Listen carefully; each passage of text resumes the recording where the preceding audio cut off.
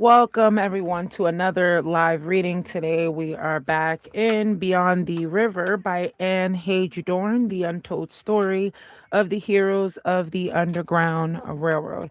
I welcome you all into this live reading. I like to do these readings and then also answer questions or chat with folks who maybe want to get to know me or know anything about me. But this is the time to ask it if you wish to do so as a subscriber.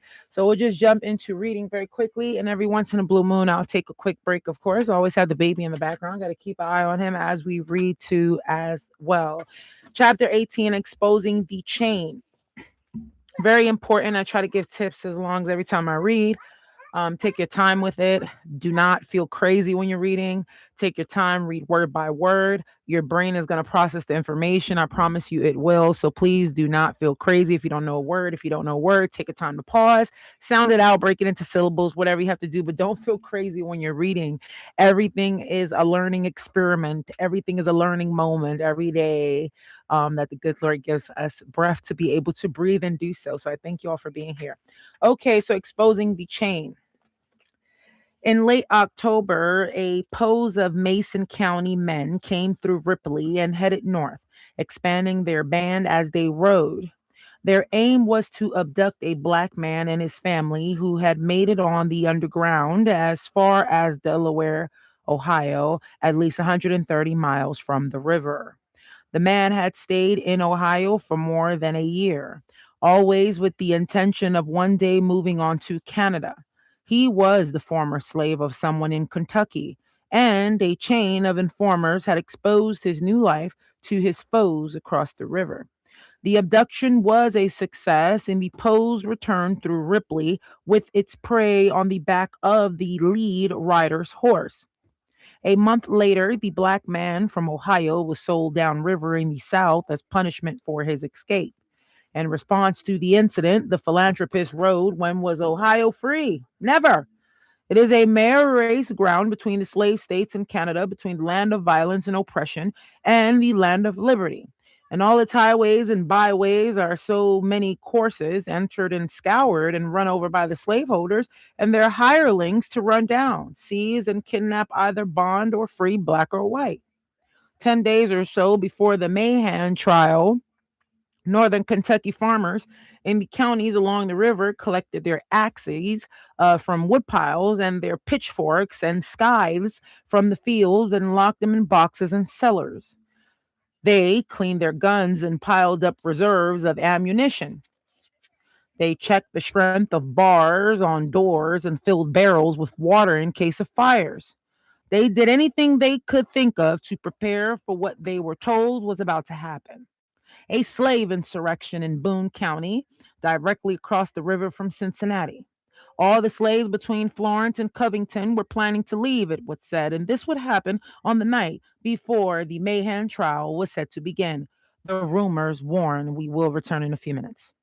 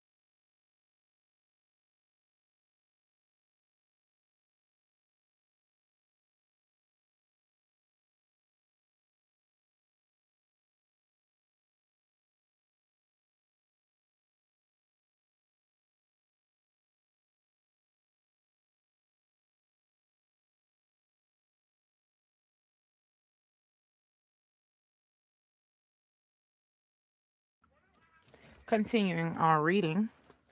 The plot was exposed a few days after the rumor started, and just enough time before the trial to assess the reasons for the terrible scare. The Warsaw Kentucky Patriot, like other local papers, blamed the insurrection on the abolitionists. The wicked machinists of the abolitionists have, in this instance, been defeated. But this defeat will not discourage them. It will but stimulate them to renewed exertions and more desperate attempts. We would seriously advise all to be on their guard, to keep a sharp lookout, and closely observe the movements of the Negroes, they said. If one of them gets across the river and reaches Cincinnati, it is impossible to recover him. The abolitionists there have every convenience for secreting him and for sending him to Canada. The abolitionists in the region believe the alarm had been sounded to enhance tensions against the anti slavery cause and its advocates in the days leading up to the big trial. The story they believe was fabricated. Whatever the truth may have been, the Mahan trial went forward on the morning of November 12th, when 12 men of Mason County, mostly farmers and a few local merchants, took their seats in the Washington courthouse. Most of the jurors were farmers. Some must have been among those collecting axes and bolting doors in the days preceding the trial. And now they listened to the words of Judge Walker Reed as he outlined the case before them and their task as jurors. By 1838, Walker Reed, the 53-year-old judge who had detained Eliza Jane Johnson the year before, was a prominent figure in northern Kentucky.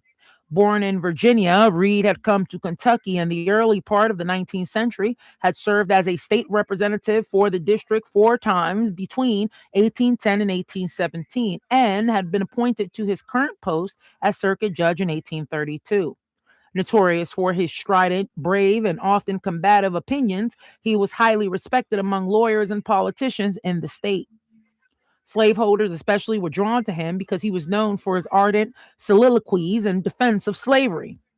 His precise and puritanical approach to the law was like that of a scientist. But when it came to slavery, he was a philosopher who cannot see the lion that has swallowed him in his region, he told the Mahan jurors. I cannot believe that any country, however enlightened by Christianity or philosophy, has done more to ameliorate the condition of its slaves than Kentucky. They are indeed happy, and if let alone, would still remain so. Where ignorance is bliss, were folly be wise, the efforts of their pretended friends to educate them and emancipate them among us in the present state of our laws and of public opinion render their condition worse. They are riveting the fetters which they feign believe are irksome and galling still stronger, and freedom like the cup of Tantalus, though presented to the lip, is still withheld and still further removed from fruition. The relation of master and slave is so wrought up in our social and political existence that it ought not to be tampered with by any and every political or religious emperor. The consequences of its sudden disruption are alarming to the real friends of freedom, to the philanthropists in every clime. It is a sacred relationship. It existed among the Jews and Gentiles long before the coming of the Messiah. Yet it is among his professed disciples that we find many of those whose sympathies seem enlisted in favor of educating and emancipating slaves. I am mistaken if they are not pursuing a course contrary to that marked out by their Savior or his great apostle to the Gentiles, all that twaddle on the subject of equality, to the contrary, notwithstanding.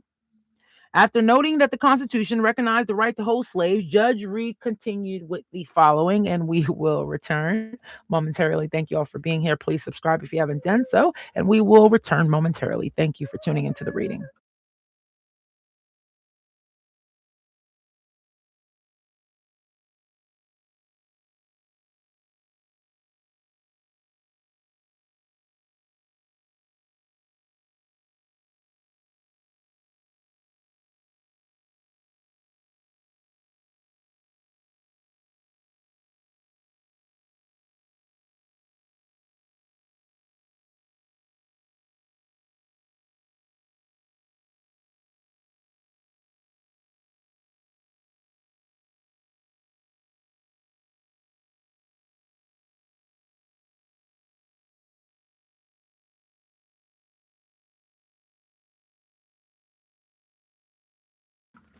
So we are back continuing our reading after noting that the Constitution recognized the right to hold slaves. Judge Reed continued.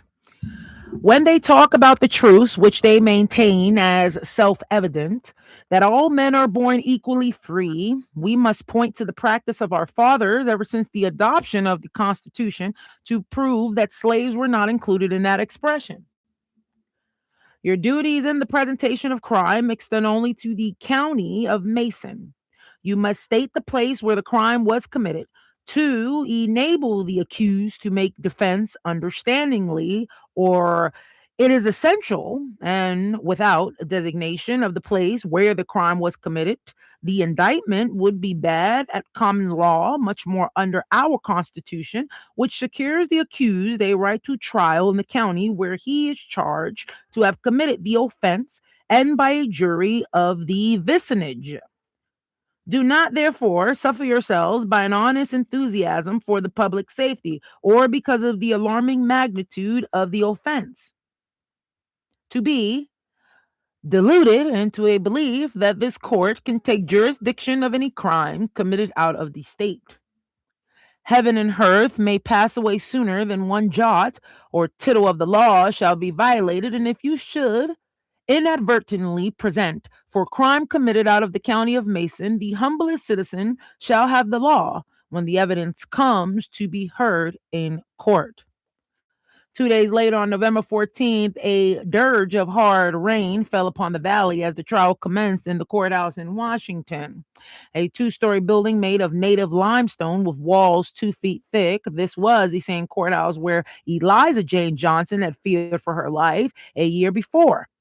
Behind it was a whipping post where the sheriff performed the court's decrees against disobedient slaves, often 20 lashes with a rawhide well laid on to the back of a naked slave whose upstretched hands were tied to the post.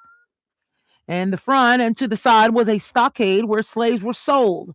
The same auction ring where 5 years earlier Harriet Beecher Stowe had watched in horror as families of slaves were separated, mothers and fathers, sons and daughters traded like horses and cows. The courtroom was on the second floor. A small room no longer than 500 square feet, it was quickly overrun with spectators. The overflow retreated to the building's wide colonial porch with its 8 massive stone pillars and to the lawn under the generous shade of 2 large locust trees. Under the advice of Mahan's attorneys, neither Polly nor Cassandra Mahan attended the trial. The fear of mob violence was greater than anticipated, in large part because of the Boone County scare in recent days. Atop the courthouse, a bell tolled 11 times as Judge Walker Reed took his seat and called the court to order. The room, despite the throng, was as silent as a held breath. This was the second day on which Judge Reed had lowered his gavel and begun his proceedings for the Mahan trial. On November 13th, the same people had gathered in the same places, but the lawyers for the Commonwealth had urged the judge to postpone until 2 of their witnesses arrived. Greathouse had assured the lawyers that these 2 men, both neighbors of Mahan's in Sardinia, would swear to having seen him talking with the slave John, assuring the slave that none of the many slaves who reached his house was ever caught. But the 2 men had not yet appeared, and the lawyers told the judge that perhaps they should wait until the next court term several weeks later and try again. Mahan's lawyers objected vociferously. One said that his client had been in a jail cell in irons for nearly 8 weeks. Mahan's health was not good, he said, and the trial must go forward. The judge gave the Commonwealth one more day.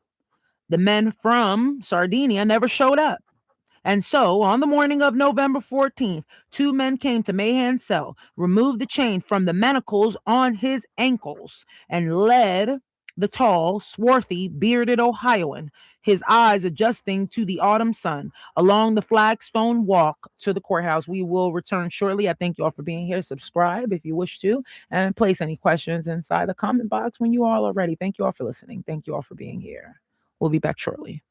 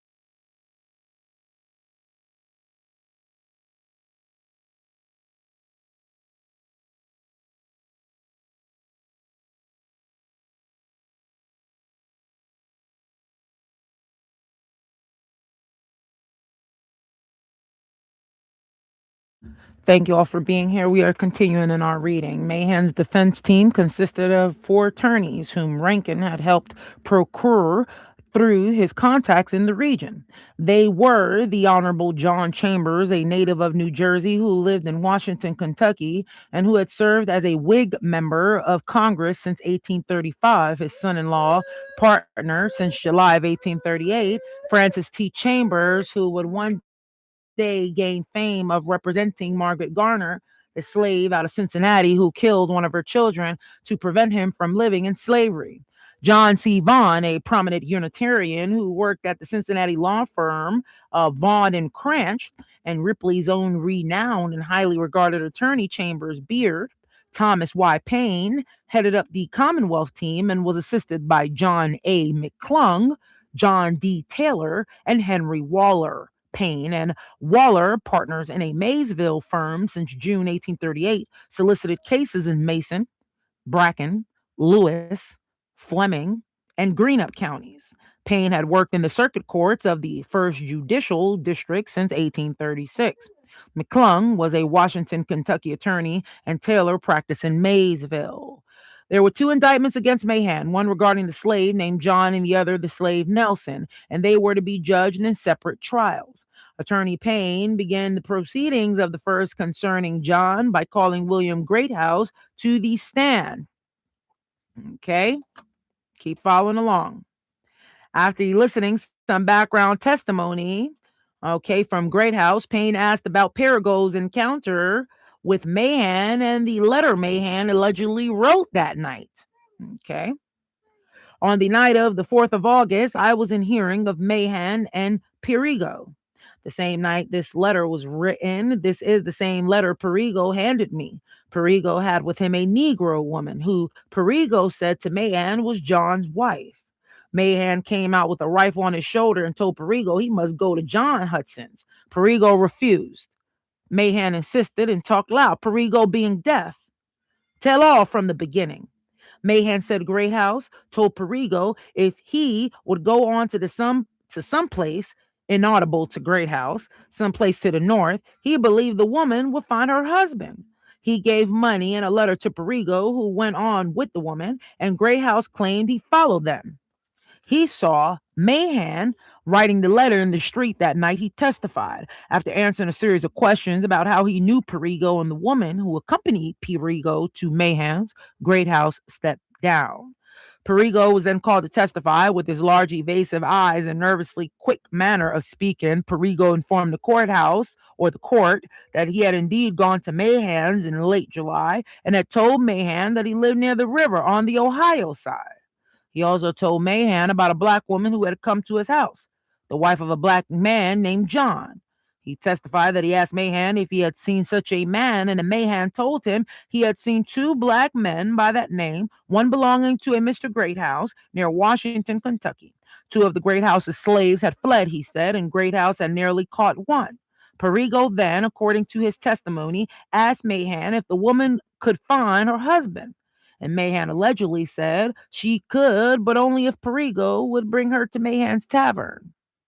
And so 6 days later at night, very late, Perigo brought the woman to Mahan's tavern and stood outside calling for Mahan. Mahan came out to the street, Perigo testified, and Perigo then asked him where he could find the woman's husband. Mahan said he didn't know, but that he was likely in Canada by then. Mahan told Perigo to take her on to the next friend. Perigo agreed. But to facilitate his journey, he asked if Mahan would write a letter of introduction for him. Mahan went inside to get some paper, returned to the street, and by moonlight wrote the note to the next friends on Underground, the note that was now held in evidence at his trial.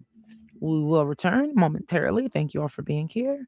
We will return momentarily to our reading.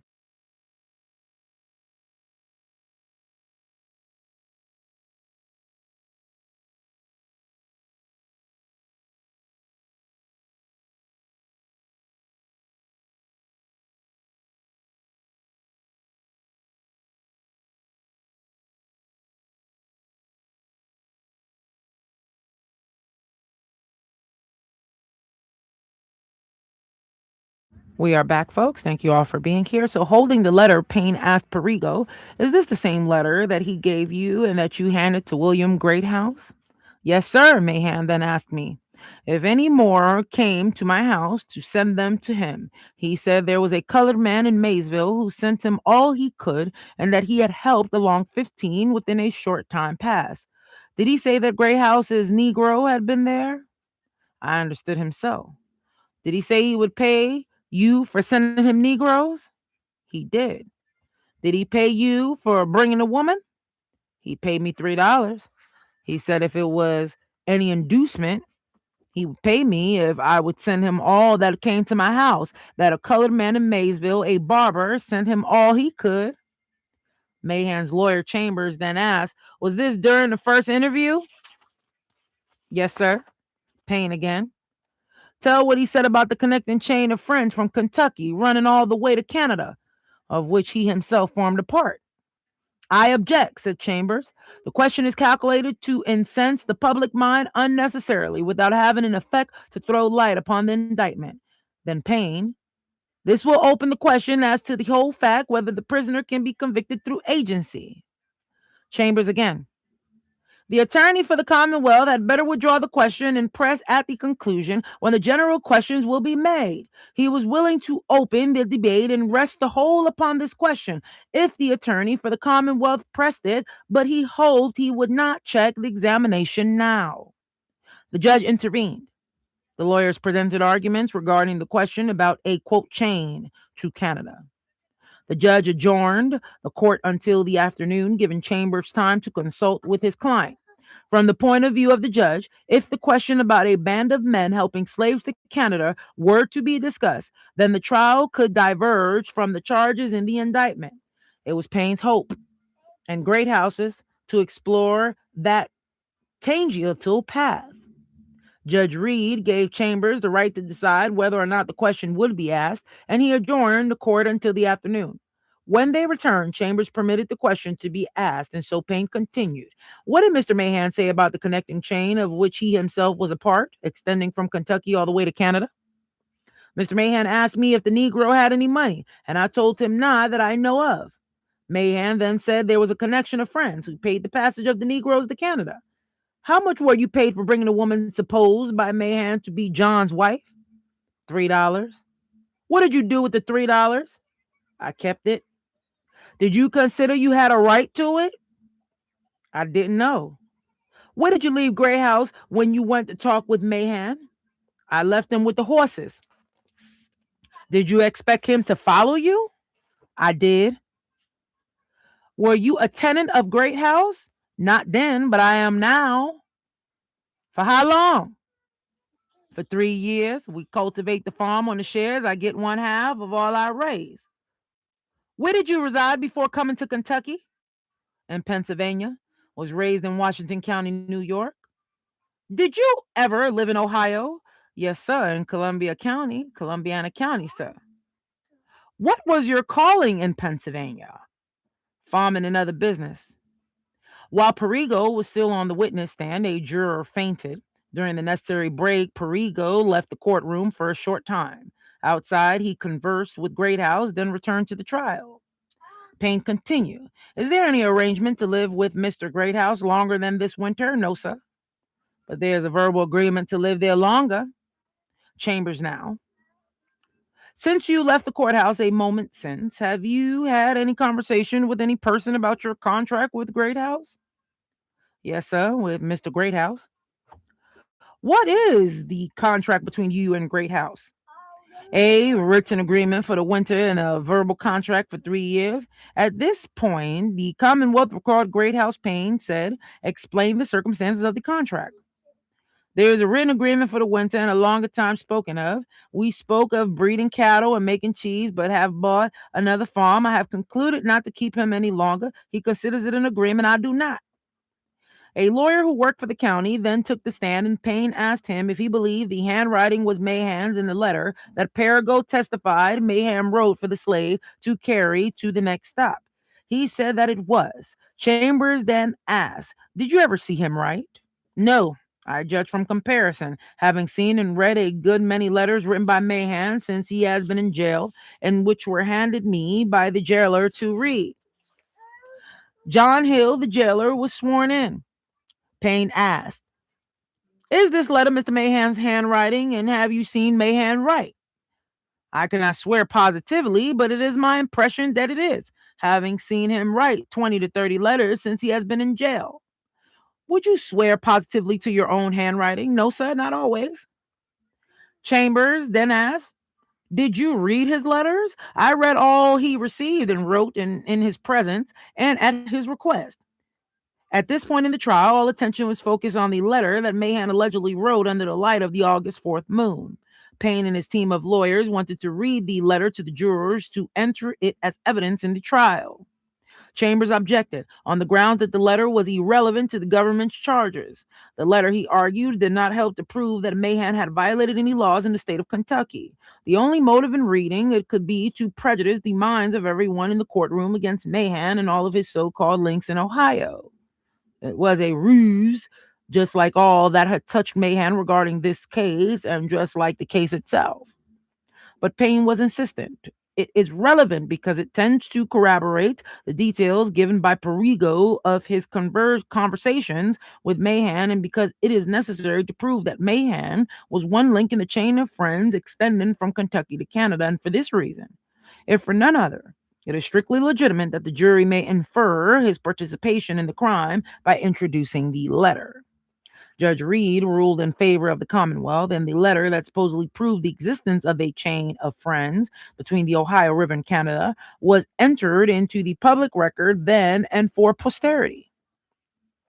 In his closing argument, Chambers urged the judge to instruct the jury that in the absence of any evidence to prove that Mahan had actually been personally present in Mason County at the time of the offense was committed, he was not legally subject to conviction on the charges in this case, and that neither the court nor the jury had jurisdiction if the jurors were indeed satisfied that Mahan was a citizen of the state of Ohio and had not been in Kentucky until he was thrown in jail in September 1838. His colleague J.C. Vaughn, the lawyer from Cincinnati, then rose and faced the jury. Ladies and gentlemen, we'll be done with our chapter very soon. All of us are full of anxiety, and why? Not because we sympathize with crime, not because one of our citizens is in prison, but because we believe that citizen cannot be convicted here and now without violating the law and the Constitution.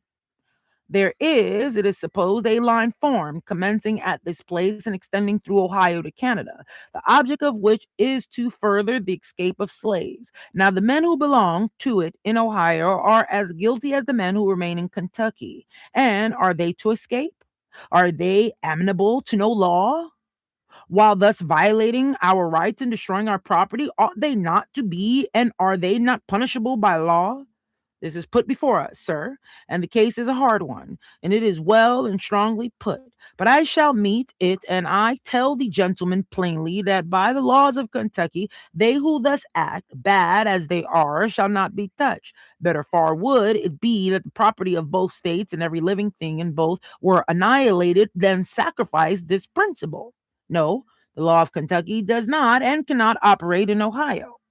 After much more discourse, he concluded, if Mahan is doomed as a felon, a taint will be upon the escutcheon of Kentucky, which no time or change can efface.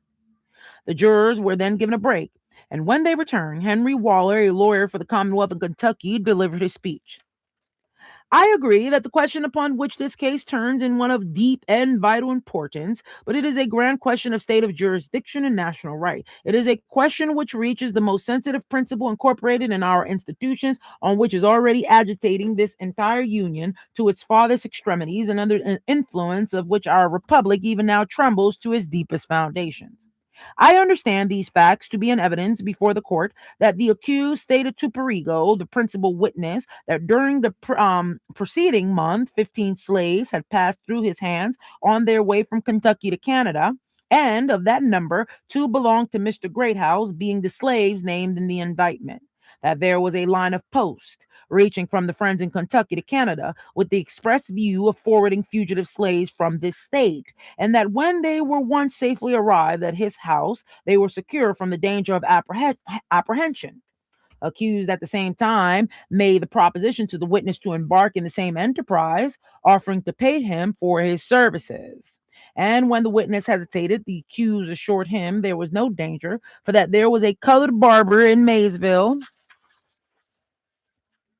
who sent him all he could. Here, sir, is proof of an attempt to hire an agent in Ohio for the purpose of aiding the escape of slaves. We are met by the question: can a man actually be in one state and commit a crime in another? I answer broadly and unqualifiedly that he can. I refer to the principle that requires that the crime must be punished where it is committed. Take one instance, sir.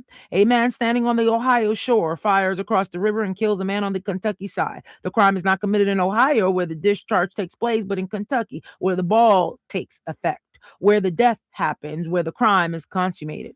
The laws of Ohio cannot punish him because the laws have not been violated. Pardon. But he is triable where the crime is committed. He is subject to the jurisdiction of Kentucky, where soil was desecrated, where laws were infringed. The crime does not exist in Ohio, nor as a consequence is it punishable there. The crime would go unpunished where it not punished in Kentucky. Sir, should it be decided that this court has no jurisdiction of the crime, should Kentucky law be found to be unequal to the protection of the rights and property of Kentucky citizens, should this dark and dangerous league against our enjoyment of property sacredly secured to us by the Constitution of the United States be pronounced beyond the avenging reach of our law, I ask you, sir, what is that Constitution worth? Waller took his seat in the courtroom, and Commonwealth Attorney Payne took his turn before the jury. He began. Can it be said that Ohio would take part with the writer of this disgusting and celebrated midnight letter that I now hold in my hand? Can it be said that Ohio takes part with those who at midnight, at that lone and still hour when all whose hearts are honest are either in communion with their God or else buried in repose with their families, steal abroad and by themselves on their agents or their unaccountable minions, pilfer and filch from their neighbors their property, which they obtain by the sweat of their brow, and which is secured to them by the same sacred instrument as secures to every citizen the quiet of his own earth? The court adjourned until Saturday morning, when defense counsel Chambers was the first to speak. How long before civil war shall come? If I were permitted to judge from the tone of the gentlemen prosecutors, I would say not long. The present case, he said, had created unusual excitement, and it should never have happened. Paragraph after paragraph was elicited from the press on either side of the Ohio. It has even entered into the spirit of the elections. Mahan was demanded of the governor of Ohio as a fugitive from justice, charged with having committed a crime within the county of Mason, a fact now conceded by all to be untrue. This was fraud. The prisoner is here in fraud of the Constitution of the United States. That 15 Negroes had passed through the prisoner's hand within a month, that 2 belonged to the great house, it matters not. It matters not what number passed through. There was no obligation upon the prisoner to seize them and to send them back. Chambers, Taylor, and others spoke into the early evening on Saturday, after which the court was finally adjourned until Monday. On that morning, November 19, Judge Reed offered his opinion to the court before ordering the jurors into deliberation. The deep interest which a crowded house for the last 5 days bespeaks, has influenced me to give the law according to the best of my judgment in writing, that it may not be represented or misunderstood. He began. Perhaps no question was ever more ably discussed in this courthouse than the one now under consideration. An array of talent, a degree of eloquence, and a depth of research, highly creditable to the bar, have been displayed and have aided me in coming to a conclusion. Whether just or unjust, this jury, my countrymen, and posterity must determine. It is that the prisoner has not violated the law of Kentucky unless he aided and assisted the slave in making his escape from the owner and possessor here to another state or foreign country. Personally, the crime must have been committed here in Kentucky to give this court jurisdiction. It is so stated in the indictment and must be proved as stated. No after act will do.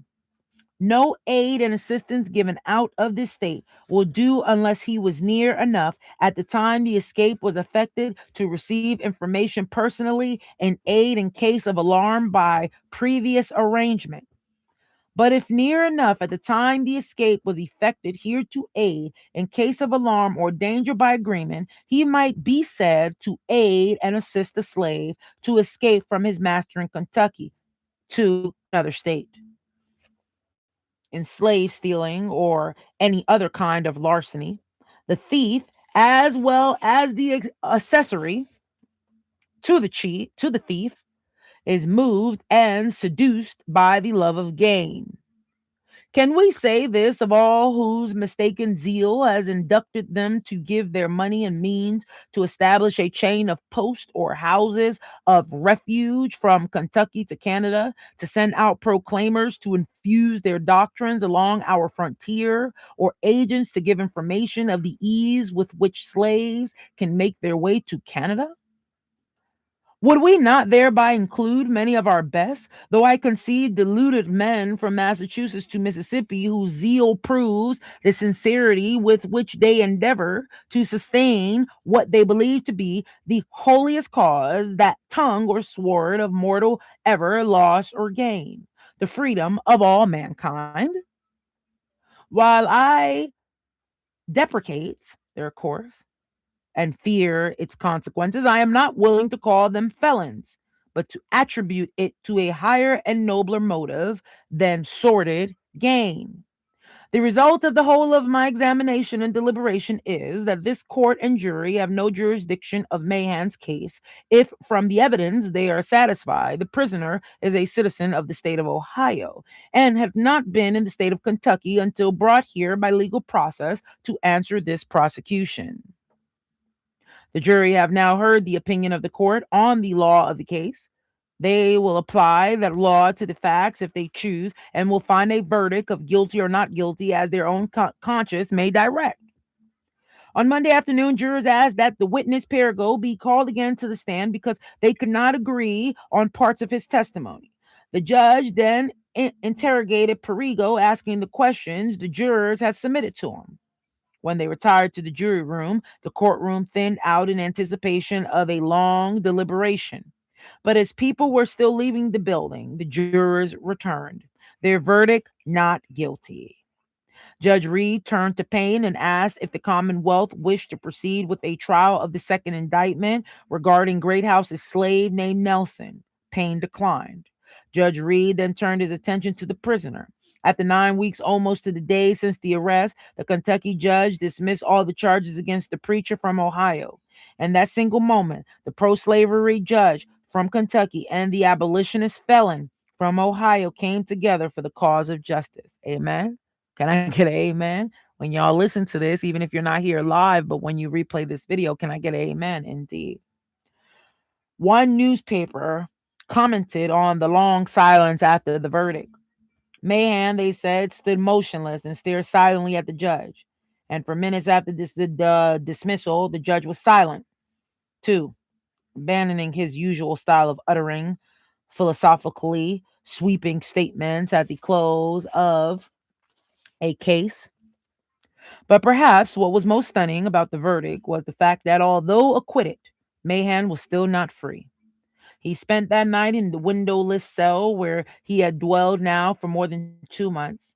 Because of the civil suit that Greathouse had filed, Greathouse's lawyers insisted that Mahan remain in jail until he compensated Greathouse for the lost property, a total of $1,600. Despite donations, the Mahan family did not have enough money to pay such a penalty in addition to attorney fees.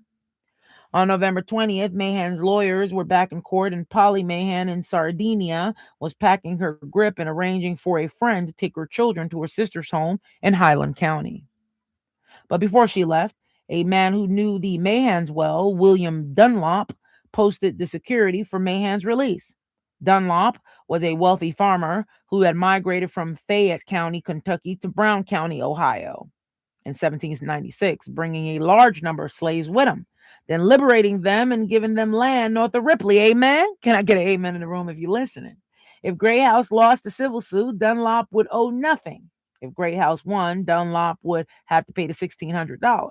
In that case, Dunlop stipulated Mahan would be obligated to give Dunlop all of his real estate properties in Brown County as long as Mahan was alive. However, he and his family could live on the property, even if it were forfeited to Dunlop. That is the end of Exposing the Chain and Beyond the River. I thank you all for being here. Thank you all for listening. If you are not yet subscribed, please take the time to do so. It is free to do. And thank you for supporting the channel. Thank you for listening. Remember that education is key. Okay. Respect and honesty is key. Education is key. And most of all, reading is key. If you don't read enough, you won't learn. And if you don't learn, you won't be ahead of the game. So I preach reading. I encourage reading. I thank you all for jumping in and take the time to listen, even if it's just for a few minutes. You all have a beautiful and blessed day. And we'll see each other on the next round. Thank you.